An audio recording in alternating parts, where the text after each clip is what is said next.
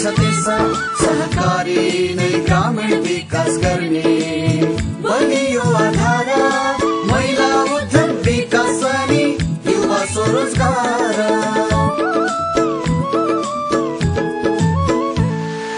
सबै मिलिजुली गरौँ उन्नतिको कर्म स्वावलम्बी र समृद्धि नै सहकारीको मर्म समानता र स्वाधीनताको भावनाले भरौँ आर्थिक अनि सामाजिक सांस्कृतिक विकास गरौँ सहकारी दर्पण सहकारी दर्पण सहकारी दर्पण।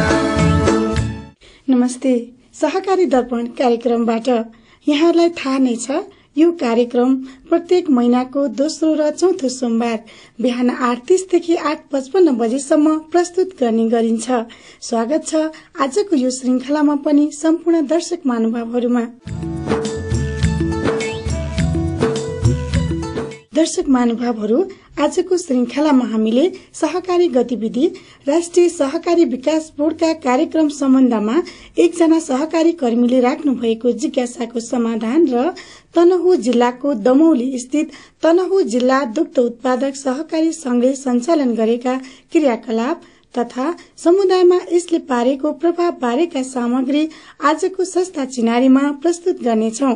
सधैँ झै कार्यक्रमको शुरूआत गर्दैछौं सहकारी गतिविधिबाट।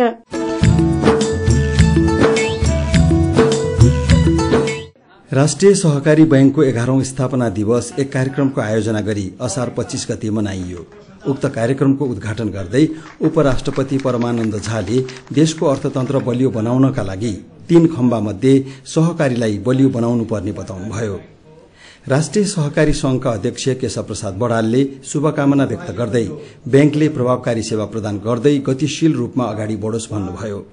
नेपाल राष्ट्र बैंकका गभर्नर डाक्टर युवराज खतिवड़ाले आर्थिक तथा सामाजिक रूपान्तरणका लागि राष्ट्रिय सहकारी बैंकको भूमिका महत्वपूर्ण रहेको बताउनुभयो।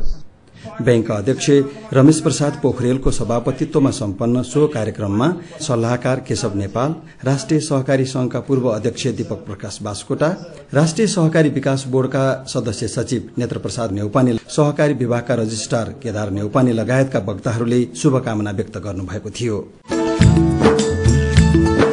राष्ट्रिय सहकारी विकास बोर्डद्वारा निर्माण गर्न लागि नयाँ कार्यालय भवनको गत असार 31 गतेको शुभ साइतमा बोर्डका सह अध्यक्ष सरोज कुमार शर्माले वैदिक विधिपूर्वक पूजा अर्चना गरी शिलान्यास गर्नुभयो।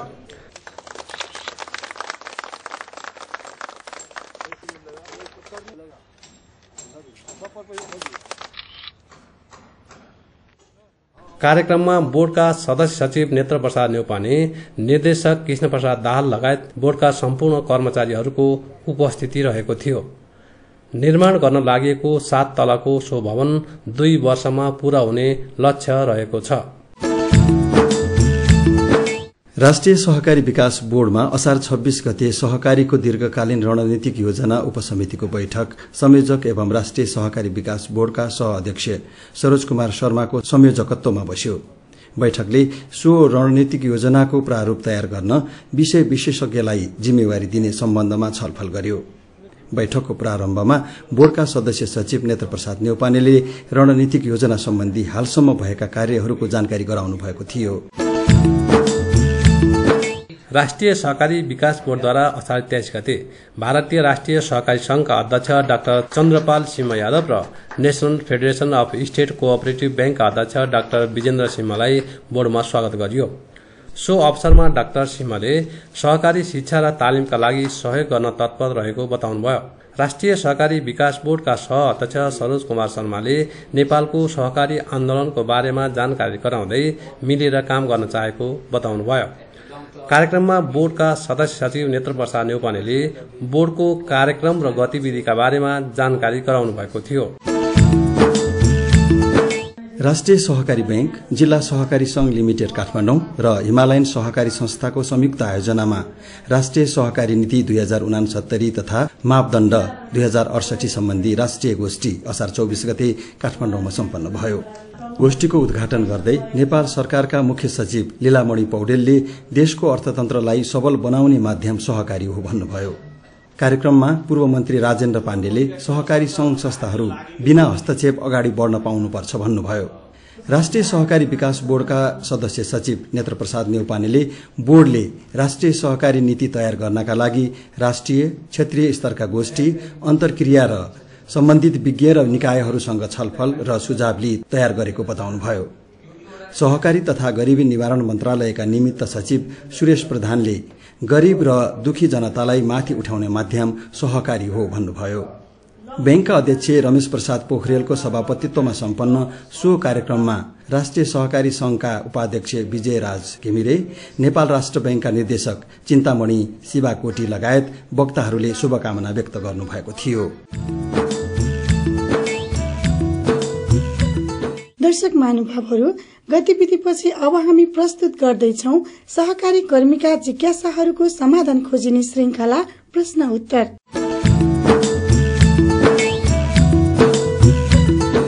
दर्शक महानुभावहरू, प्रश्नोत्तर श्रृंखलामा हामी सहकारी संघ संस्थाहरूले सञ्चालन गरेका क्रियाकलापहरूलाई अझ बढी प्रभावकारी र उपयोगी बनाउने उद्देश्यले सहकारीका सदस्य एवं पदाधिकारीहरूबाट सहकारी सञ्चालनमा देखिएका समस्या तथा जिज्ञासालाई विज्ञ मार्फत समाधान गर्ने प्रयास गर्नेछौँ। आज हामीले ब्यास नगरपालिका वडा नम्बर 5 दुम्सी तनहुका एकजना सहकारी कर्मीको जिज्ञासालाई समाधान गर्ने प्रयास गर्नेछौँ। उहाँको प्रश्न छ, मेरो नाम तुलसीराम सुवेदी, म दुम्सी दुग्ध उत्पादक सहकारी संस्थाको अध्यक्ष र मेरो जिज्ञासा यस प्रकार छ कि राष्ट्रिय सहकारी विकास बोर्डले सहकारीहरूलाई विकास र प्रवर्धनमा टेवा पुर्याउँछ भन्ने कुरो सुनिएको छ। यदि पुर्याउँछ भने कुन कुन विषय र कुन कुन उसमा चाहिने टेवा पुर्याउँछ, यो चाहिँ जान्नको लागि जिज्ञासा राख्न चाहन्छु।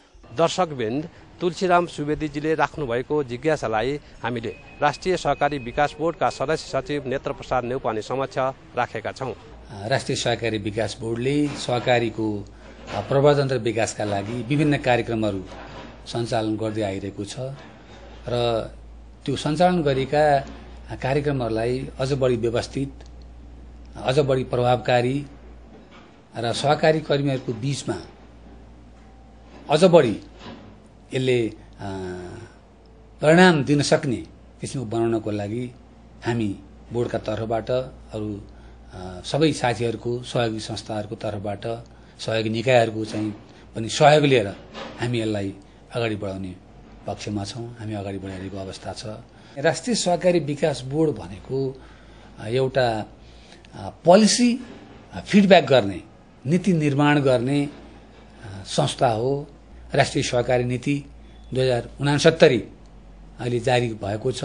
सबको तर्फबाट सहयोग र यसमा चाहिँ सल्लाह प्राप्त भएको आधारमा नेपाल सरकार समक्ष प्रस्तुत गरेपछि अहिले जाहेर भएको अवस्था छ। अब हामीलाई एउटा राष्ट्रिय सहकारी नीतिले सम्बोधन गरेका कुराहरूलाई हेर्नु पर्दा अब सहकारीको विकासलाई, सहकारीको प्रवर्धनको लागि राष्ट्रिय सहकारी विकास बोर्डलाई त्यसको क्षमताको विस्तार गर्ने, क्षमता अभिवृद्धि गर्ने, जनशक्तिको एउटा प्रक्षेपण गर्ने, प्रोजेक्सन गर्ने र यो सहकारीका क्षेत्रमा गर्नुपर्ने कुराहरूलाई रिसर्च एनालाइसिस गर्ने र आगामी दिनहरूमा राज्यले सहकारीका क्षेत्रमा अवलम्बन गर्नुपर्ने नीतिहरू, कार्यक्रमहरू कस्तो हुनु पर्ला भन्ने बारेमा सम्बोधन गर्नका लागि राष्ट्रिय सहकारी विकास बोर्डले सशक्त भूमिका खेल्नुपर्ने आवश्यकता छ र यो सहकारीको आवश्यकतालाई सम्बोधन गर्ने किसिमबाट अब नयाँ ऐनहरू आउनु पर्यो, कुनै ऐनलाई परिमार्जन गर्नु पर्यो, कुनै ऐनहरूमा संशोधन गर्नु पर्यो, कुनै नयाँ ऐन लेखन गर्नुपर्ने अवस्था भएकोले यसका लागि बोर्डकै अगुवाईमा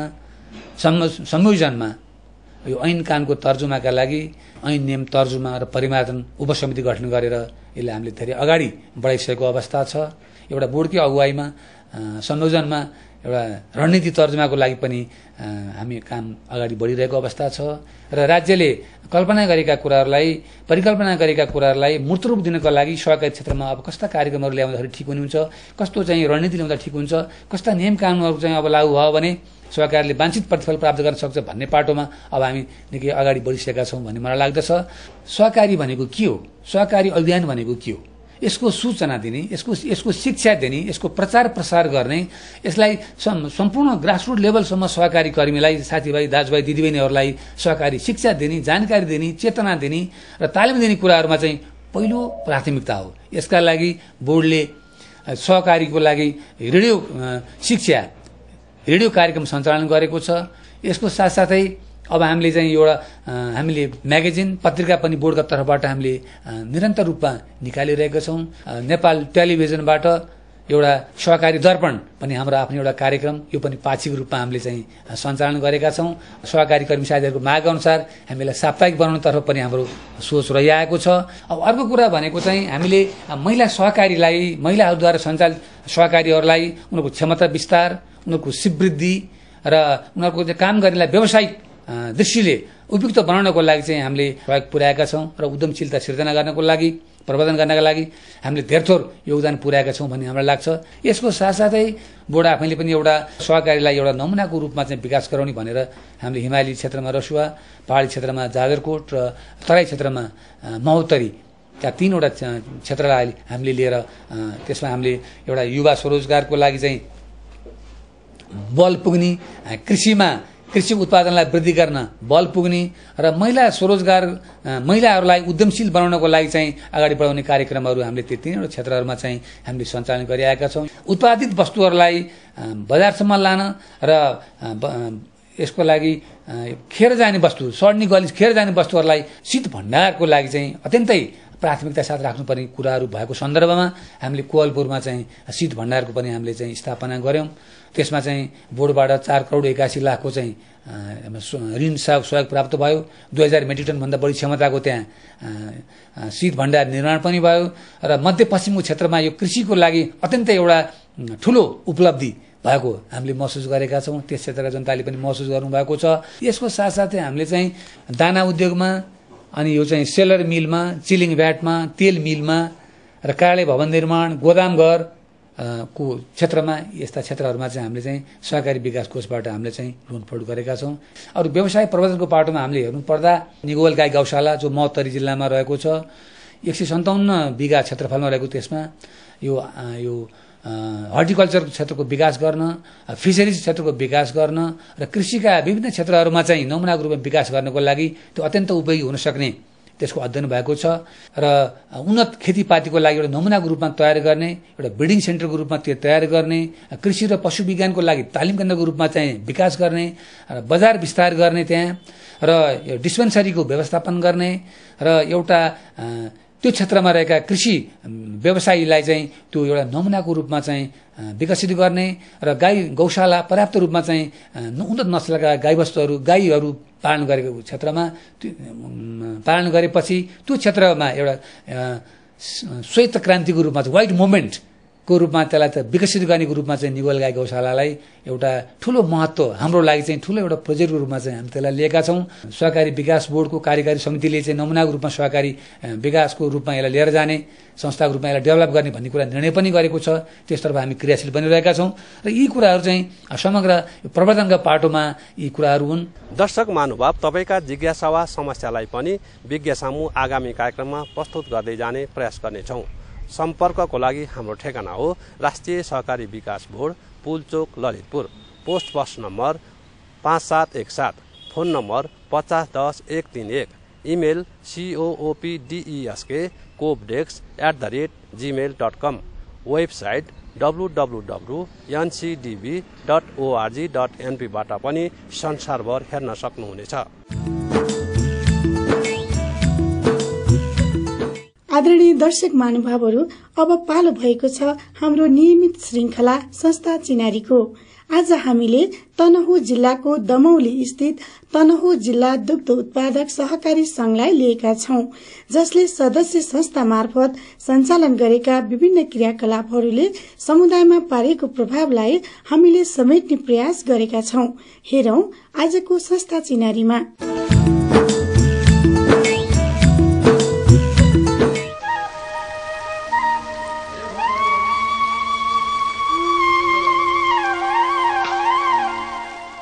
समयले उब्जाएको आवश्यकताले जन्माएको खोज र खोजका लागि गरिएको प्रयास र लगनशीलताबाट प्राप्त उपलब्धि स्वरूप आज तनहुँ जिल्लाको व्यास नगरपालिका वडा नम्बर 2 दमौली स्थित श्री तनहुँ जिल्ला दुग्ध उत्पादक सहकारी संघ लिमिटेड जिल्लाका 17वटा दुग्ध उत्पादक सहकारी संस्थाको नेतृत्व गर्दै दुग्ध उत्पादन, व्यवस्थापन तथा बजारीकरणमा आफ्नो भूमिका निर्वाह गर्दै सफलतातर्फ अग्रसर रहेको पाइन्छ। यस सहकारी संघको स्थापना हुनु पूर्व यहाँ दूधको उत्पादन तथा बजारीकरणको अवस्था एकदमै अस्तव्यस्त थियो। गुजाराको लागि पशुपालन गरिन्थ्यो। उत्पादन भएको दूधको उचित मूल्य पाइँदैनथ्यो। दुग्ध उत्पादक कृषकको आवश्यकता र समस्याको समाधानको लागि अवस्था त्यति सहज थिएन। पशुपालक कृषकका यिनै अवस्थालाई व्यवस्थित गर्दै उनीहरूको हक हितको लागि व्यवस्थित र संगठित संघको आवश्यकता महसुस गर्दै स्थानीय दुग्ध उत्पादक कृषकहरूकै सक्रियतामा सहकारी संस्थाहरूलाई संगठित बनाउँदै विक्रम सम्वत 2053 सालमा तनहुँ जिल्ला दुग्ध उत्पादक सहकारी संघको स्थापना भयो। हाल दुग्ध उत्पादन, व्यवस्थापन तथा बजारीकरणका लागि एउटा उद्योगको रूपमा रूपान्तरण गर्न सक्षम भइसकेको छ। संघ 54 सालबाट डी फ्रिज र एउटा दिप्चीबाट शुरू गरेका हौं। अहिले तपाईको 70 सालमा आइपुग्दा अब हामी उद्योगमा प्रवेश गरिसक्यौं, दाना उद्योगमा गइसक्यौं। हामीले हरेक सहकारी संस्थालाई उसको आवश्यकता अनुसारका उपकरणहरू, उसको आवश्यकता अनुसारको चाहिँ आवश्यकताको परिपूर्ति गर्ने चाहिँ व्यवस्था के गर्न पर्ने, यो काम हामीले हाम्रो नेटवर्कले उनीहरूलाई त व्यवस्थापन गर्न सहयोग गर्ने, कुन निकायसँग सहकार्य गरिदिनु पर्छ भन्नुहुन्छ भने हामीले अहिले झन्डै 13-14 वटा चिलिङ भ्याट ग्रामीण लेभलमा हामीले प्रारम्भिक सहकारी संस्थामा स्थापना गरिसकेका छौं।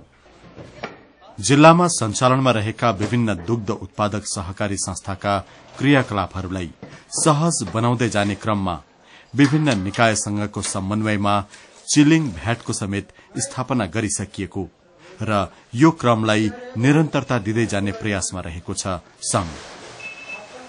यसका साथै कृषकहरूले उत्पादन गर्ने दूधको गुणस्तरीयतामा ध्यान पुर्याउँदै दूधको उचित मूल्य प्रदान गर्ने जस्ता कार्यमा पनि संघले पहल गर्दै आएको छ। किसानले दूध दोहिसके पछाडि संस्थामा परीक्षण हुन्छ। त्यसको किसानको फ्याट कति आयो, उसको दूध कति लिटर आयो, उसको पैसा कति पाउने, किसानको पैसा त्यही हेर्छ र आइज होल दूध संकलन गरेर हामी कहाँ यहाँ पठाउँछ। हामी त्यस पछाडि उसको दूधको होल हामी हेर्छौं। फेरि उद्योगले लाँदाखेरिमा कति फ्याटको छ हैन, कति एसएनएफको छ भनेर उसले फेरि पैसा दिने, मूल्य त फ्याट र एसएनएफमा छ। त्यसरी नै हेरेर दूध 3 ठाउँमा परीक्षण गरेर हेर्छौं हामी। यस सहकारी संघमा हाल 17 वटा दुग्ध उत्पादक सहकारी संस्थाहरू आबद्ध रहेका छन् र यो क्रम बढ़िरहेको देखिन्छ। दुग्ध उत्पादनमा संलग्न कृषकहरूको उत्साह अनुकूल उनीहरूको हक हित लगायतका सवालमा सक्रिय रहँदै बेला बखत देशका विभिन्न स्थानमा दूधको शुद्धताका बारेमा उठ्ने गरेका सवालतर्फ पनि सचेत रहँदै गुणस्तरीय दूधको उत्पादनमा संघले उत्कृष्ट फार्महरूको अवलोकन तथा तालिम पनि प्रदान गर्दै आएको छ दुग्ध उत्पादक सदस्यहरूलाई। हामीले सदस्य संस्थाहरूलाई विभिन्न ठाउँमा चाहिँ अब गुणस्तरीय दूध उत्पादन तालिम गराएका छौं। त्यसै गरी विभिन्न दुग्ध उत्पादन गरी चाहिँ उत्कृष्ट भएका फर्महरूलाई अवलोकन भ्रमण गराएका छौं।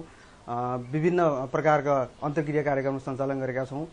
अनि त्यसपछि हामीले यही संघको आर्थिक सहभागितामा पशु बीमाको जुन सुरुवात पुँजी संकलन पुँजी भन्छन् त्यसलाई, त्यो पुँजी हामीले यहाँ 10,000 का दरले वितरण गरेको छ।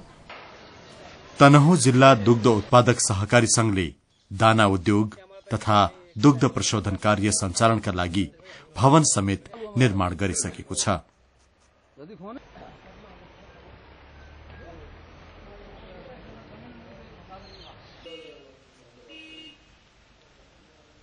यसका लागि आवश्यक पर्ने विभिन्न उपकरण खरिद गर्न विभिन्न संस्थाहरूसँगको समन्वय तथा सहयोगको समेत पहल गर्दै आफ्नो योजनामा अगाडि बढ़िरहेको छ।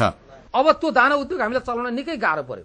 गाह्रो परिसकेपछि अब के गर्ने भनेपछि यसको निकाय कहाँ छ त, सपोर्ट गर्ने निकाय भनेर हामी खोजी गर्दै थियौं र हामीलाई थाहा भयो कि अब यो एउटा सहकारी विकास बोर्डले यस्ता कुराहरुमा सपोर्ट गर्छ अरे भन्ने कुराबाट हामीले त्यो सुने पछाडि म स्वयं सहकारी विकास बोर्डमा पुगे अनि त्यस पछाडि सहकारी विकास बोर्डले आफ्नो प्रक्रिया पूरा गराएर हामीलाई 10 लाख रुपियाँ सहकारी विकास बोर्डबाट हामीलाई प्राप्त भएको छ। हामी यसरी अगाडि बढेका छौं।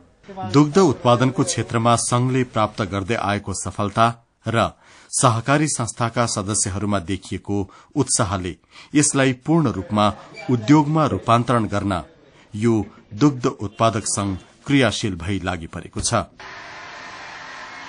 संघ हाल आफ्ना भावी कार्यक्रमहरूमा दुग्ध प्रशोधन, दाना उद्योग, पशुजन्य व्यवसायको लागि आवश्यक पर्ने विभिन्न सामग्रीको बिक्री गर्ने भेटनरी पसल तथा अझै अत्यन्त महत्वका साथ पशुको उन्नत नस्ल सुधारमा जोड़ दिने जस्ता कार्यहरूलाई प्राथमिकतापूर्ण तरिकाले अगाडि बढ़ाएको छ। वैदेशिक रोजगारीका लागि युवाहरू विदेश जाने प्रति प्राय सुनिने असन्तुष्टि यहाँ पनि रहेको पाइन्छ। विदेशमा गएर अर्काको लागि श्रम गर्नुभन्दा आफ्नो घर गाउँमै बसेर कृषिजन्य व्यवसाय सञ्चालन गरेमा राम्रो आमदानी गर्न सकिने भनाई सबैको पाइन्छ र विदेशबाट फर्केका कतिपय युवाले विभिन्न स्थानमा सञ्चालन गरेका कृषि व्यवसायबाट प्राप्त उपलब्धिले पनि यसलाई पुष्टि गर्दै लगेको छ। तसर्थ युवाहरूको सक्रियता र सहकारीको अपरिहार्यता विकासको मूल बाटो रहेको दृढ़ता र विश्वास यहाँ सुनिन्छ। सहकारी भन्दा विकल्प यो देशको विकास निर्माणको उपलब्धि अरूबाट हुँदैन। एक नम्बर त्यो र अर्को कुरा तपाईको अब वैदेशिक जाने व्यक्तिहरू जति छन्, किसानहरू छन्, वैदेशिक जाने मान्छेहरूलाई सधैँ विदेशको चाहिँ अर्काको नोकर बनेर, अर्काको गोठालो बनेर उहाँहरूको चाहिँ परिवारको उन्नति र प्रगति हुँदैन।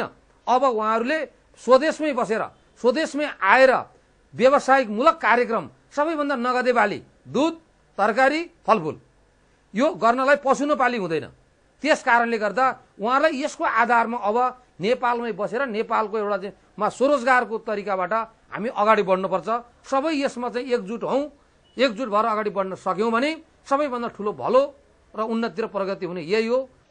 तनहुँ जिल्ला दुग्ध उत्पादक सहकारी संघले आफ्नो क्षेत्रको आवश्यकता र सम्भाव्यतालाई ध्यानमा राख्दै संघ स्थापना पूर्व र स्थापना पछिका कठिन अनुभवलाई संगाल्दै सदस्य संस्थाको लागि सञ्चालन गरेका कार्यहरू र तिनबाट प्राप्त सफलता उन्मुख गति निश्चय नै हामी सबैको लागि ऊर्जा र प्रेरणाको स्रोत बन्न पुगेको छ। दर्शक महानुभावहरू, सहकारीका मूल्य, मान्यता र सिद्धान्तमा आधारित नमूनाको रूपमा सञ्चालनमा रहेका र समाजमा सकारात्मक सन्देश प्रवाह गर्ने अनुकरणीय सहकारी संघ संस्थाका कार्यहरूलाई कार्यक्रममा समेट्नु पनि हाम्रो मुख्य उद्देश्य हो। यसका लागि सदैव हामी तपाईको सहयोगको अपेक्षा गर्दछौं। सम्पर्कको लागि हाम्रो ठेगाना हो राष्ट्रिय सहकारी विकास board, Pulchowk, Lalitpur, post box number 5717, phone number 5010-131 र इमेल coopdesk@gmail.com। हाम्रो वेबसाइट हो www.ncdb.org.np। हवस् त दर्शक महानुभावहरू, आजको हाम्रो कार्यक्रमको निर्धारित समय सकिन लागेको छ। सहकारी सम्बन्धी विभिन्न सामग्री लिएर साउन महिनाको चौथो सोमबार अर्थात साउन 28 गते बिहान 8:30 भेट्ने बाचा गर्दै आजको सहकारी दर्पण कार्यक्रमबाट हामी सबै बिदा चाहन्छौ। नमस्ते, जय सहकारी।